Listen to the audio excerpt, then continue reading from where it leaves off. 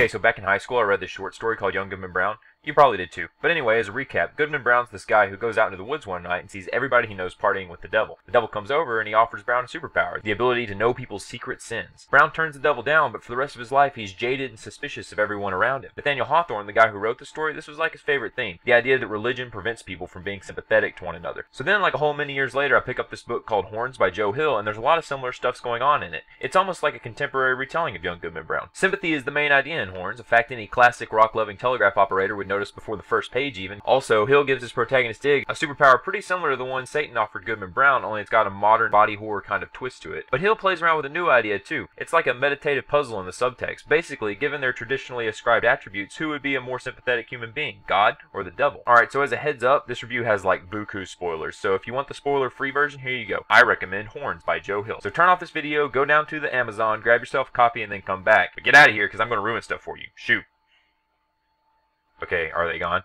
Alright, so anyway, here's the story setup. After a night of binge drinking on the anniversary of his girlfriend Mirren's murder, our hero Ig discovers he literally has horns growing out of his head. He reasonably assumes that he must be hallucinating them, and he decides he should probably get his head checked for tumors. But it turns out that other people can see the horns too, and it makes them act all weird. They start telling Ig more than he ever wanted to know about their secret desires and sin. Now, as far as plot structure is concerned, there's not really a whole lot to write home about. Ig hears that his best friend Lee might have had something to do with Mirren's murder, so Ig fishes around with his horns and finds out that, yes, Lee did have something to do with Mirren's murder. In fact, he brutally raped and killed her because he's a full-blown sociopath who's been displaying some pretty blatant symptoms ever since they were children. So Ig ventures off into this unknown world, faces challenges and temptation, experiences death, rebirth, transformation, makes atonement, orchestrates a final showdown with Lee that falters at the last moment, and when it seems like everything's going to go to hell, he receives catastrophic help from without, and finally finds justice for Mirren. But hey, archetypical plot structure is better than no plot structure, and I think Hill is using these archetypes for a reason, but we'll get to that later. So yeah, there's not really any intellectual twist in Horns. The guy you think is the killer gets a whole lot of evidence stacked up saying he's probably the killer, and then in the end, surprise, he was the killer all along.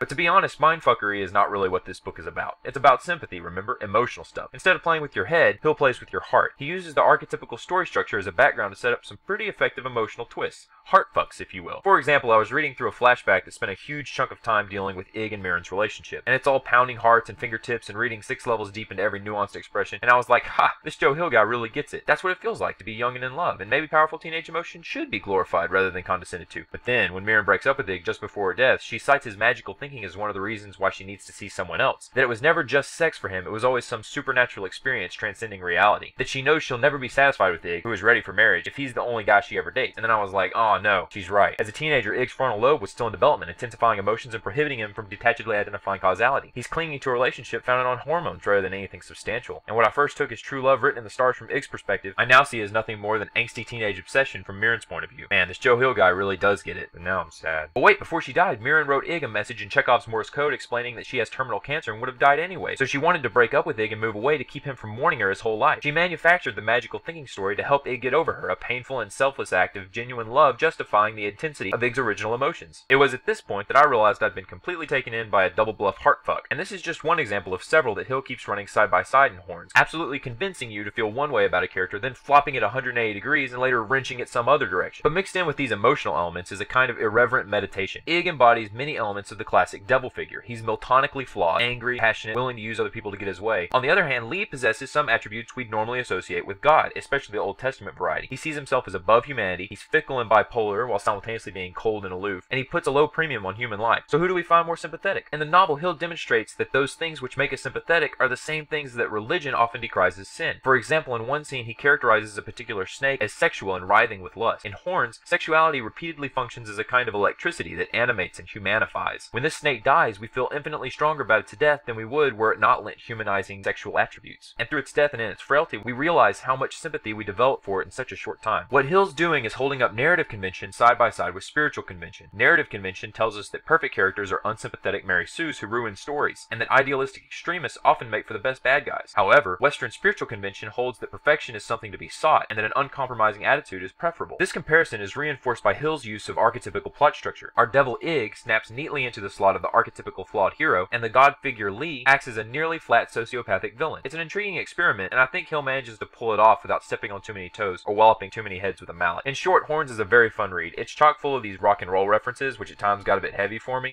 I don't really... Is this about gender roles, or... Shut your mouth! It's a reference to an awesome song! But the characters are emotionally fresh, and the book's partitioning into reoccurring motifs kind of makes for a fun I Spy game with the reader. I finished it in 3 days flat, which at my abysmally slow reading speed is a blistering pace.